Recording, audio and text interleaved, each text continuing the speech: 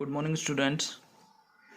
Chapter 3 atoms and molecules, chemistry का third chapter हम start करने जा रहे हैं बेटा। कल हमने इसके मल्टीपल चॉइस क्वेश्चंस कंप्लीट किए थे, आज एनसीईआरटी क्वेश्चन स्टार्ट करने जा रहे हैं। फर्स्ट क्वेश्चन देखिए बेटा, इसका 0.24 gram of sample of A compound of oxygen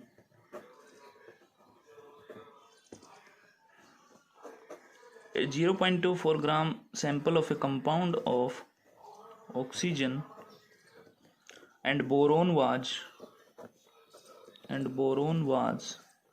found by analysis to contain 0.096 gram of boron and 0.144 gram of oxygen. Calculate the percentage composition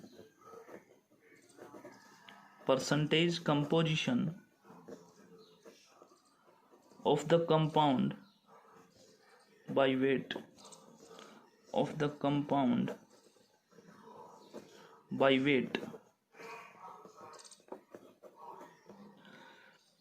देखिए क्वेश्चन नंबर फर्स्ट क्या है बेटा हमारा, कि हमने जो है एक 0.24 ग्राम सैंपल है कंपाउंड ऑक्सीजन और बोरॉन का, and was found by analysis to contain, और हमने एक एनालिसिस किया, उसमें हमें पता चला कि 0.096 ग्राम तो बोरोन है उसमें और 0.144 ग्राम ऑफ ऑक्सीजन उसके अंदर प्रेजेंट है। हमें जो है क्या कैलकुलेट करना है बेटा, percentage composition of the compound calculate करना है बाई वेट। तो आंसर इसका क्या होगा बेटा, देखिए percentage of any element in A compound किस तरीके से कैलकुलेट करते हैं, कहता है किसी भी एलिमेंट की अगर परसेंटेज कैलकुलेट करनी है इन ए कंपाउंड तो कैसे कैलकुलेट करेंगे, mass of the element present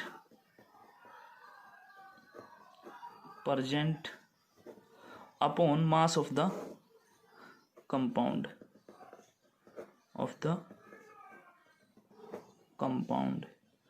into 100। Percentage किसी भी एलिमेंट की अगर किसी कंपाउंड के अंदर कैलकुलेट करनी है तो उसका फॉर्मूला क्या होगा, mass of the element present upon mass of the compound into 100। तो इस फॉर्मूला से हमें पता चलेगा परसेंटेज ऑफ बोरॉन हमें कैलकुलेट करना है पहले, तो mass of boron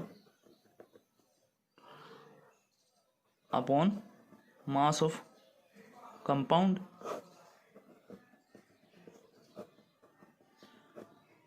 into 100। Value put करेंगे बेटा, 0.096 ग्राम है boron upon mass of compound क्या है 0.24 ग्राम इनटू 100। जब इसको कैलकुलेट करेंगे तो क्या आएगा हमारे पास 40%। नेक्स्ट हमें कैलकुलेट करना है परसेंट ऑफ ऑक्सीजन, तो इसी तरीके से बेटा मास of oxygen upon mass of compound into 100। तो मास ऑफ ऑक्सीजन कितना दिया हुआ है हमें 0.144 ग्राम अपॉन 0.24 ग्राम, कंप्लीट कंपाउंड का मास हो गया, इनटू 100 कैलकुलेट किया 60%। तो ये इसका आंसर होगा बेटा, परसेंटेज ऑफ बोरॉन कितना होगा 40% और परसेंटेज ऑफ ऑक्सीजन कितना होगा 60%। नेक्स्ट क्वेश्चन हमारा आता है question number second, when 3.0 gram of carbon is burnt in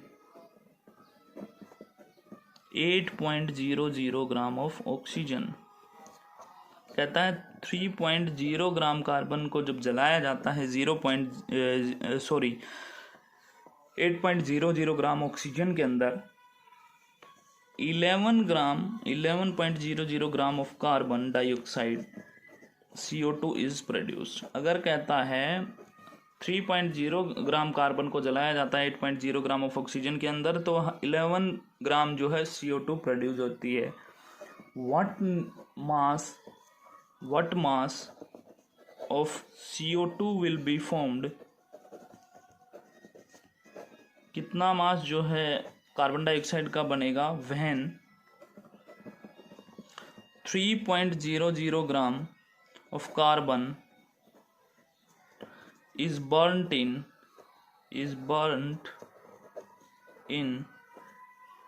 50 gram of oxygen.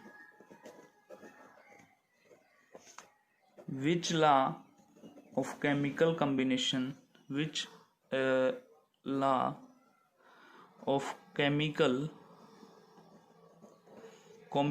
will govern your answer? Combination will govern your answer. क्या है बेटा क्वेश्चन देखिए। When 3.0 gram of carbon is burnt in 8.0 gram of oxygen, जो कहता है 3.0 gram carbon को जलाया जाता है 8.0 ग्राम ऑफ ऑक्सीजन के अंदर, तो 11 ग्राम कार्बन डाइऑक्साइड प्रोड्यूस होती है। तो कहता है what mass of carbon dioxide will be formed when, कितना मास जो है कार्बन डाइऑक्साइड का बनेगा जब हम 3 ग्राम कार्बन को जलाएंगे 50 ग्राम ऑफ ऑक्सीजन के अंदर। और which law of chemical combination will govern your answer, कौन सा लॉ ऑफ कॉम्बिनेशन जो है हमें आंसर जो है इसको गवर्न करेगा या बताएगा। तो आंसर देखिए बेटा इसका क्या होगा।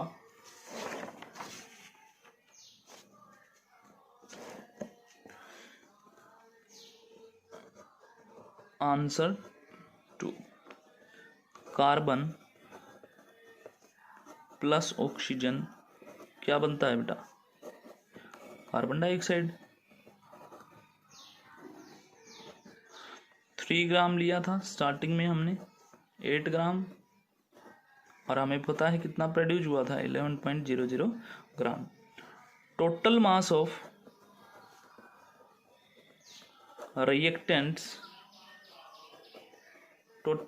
Reactants is equal to mass of carbon plus mass of oxygen.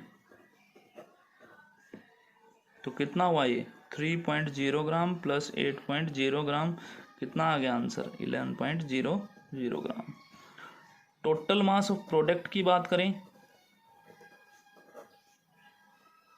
Product कितना आ गया is equal to mass of CO2 आया हमारे पास, जो कि कितना है 11.00 ग्राम। तो कहता है total mass of product is equal to, इसका मतलब क्या पता चल गया हमें, 10 total mass of product is equal to total mass of reactants, इसके बराबर हुआ। तो इससे पहली चीज तो इस क्वेश्चन का जो आंसर है वो कौन गवर्न करेगा, hence law of conservation of mass is proved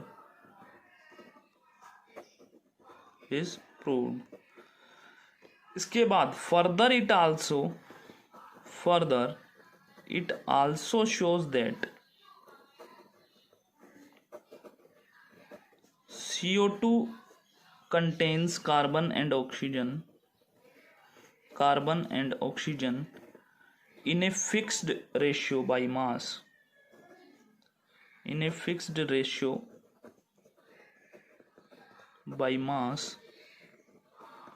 which is 3:8। कहता है कि ये भी शो होता है कि कार्बन डाइऑक्साइड जो है उसमें कार्बन और ऑक्सीजन जो है एक फिक्स रेशियो बाई मास के अंदर जो है प्रेजेंट है, जो कि क्या है 3:8। और जब हमने इसको कैलकुलेट करेंगे या टोटल बताएंगे तो कितना होगा 11 ग्राम। ठीक है, इसमें क्या हुआ है कि ऑक्सीजन विल बी 3:8, तो इससे क्या शो होता है,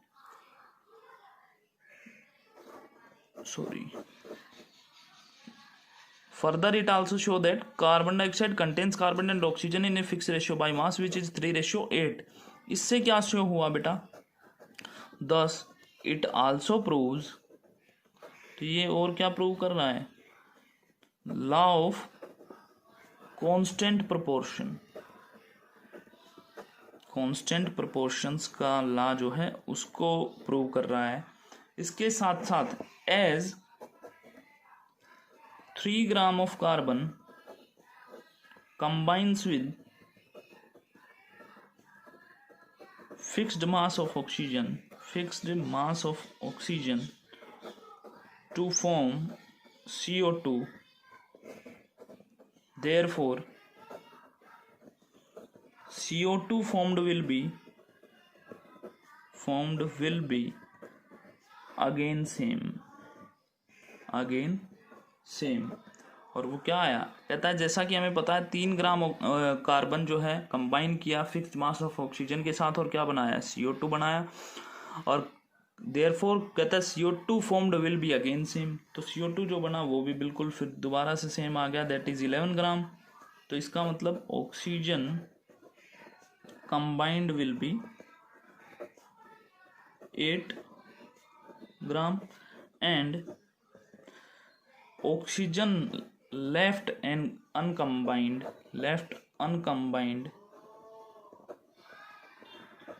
will be 50 minus 8 is equal to 42 ग्राम। कहता है जैसा कि हमें पता है 3 ग्राम कार्बन जब कंबाइन किया फिक्स मास ऑफ ऑक्सीजन के साथ अगर कंबाइन करेगा तो क्या बनाएगा, CO2 बनाएगा। और CO2 अगर सेम बनता है, कहता है therefore CO2 formed will be again same, तो कहता है CO2 जो बना वो फिर से सेम आया, दैट इज 11 ग्राम आया। तो ऑक्सीजन कंबाइंड हुआ जो 50 ग्राम में से वो कितना हुआ बेटा, 8 ग्राम। और ऑक्सीजन जो अनकम्बाइंड फॉर्म में रह गया वो कितना हुआ, 50 माइनस 8 इज इक्वल टू 42 ग्राम। तो आज के लिए इतना ही बेटा, कल हम इसके नेक्स्ट क्वेश्चंस करेंगे। Thank you and have a nice day.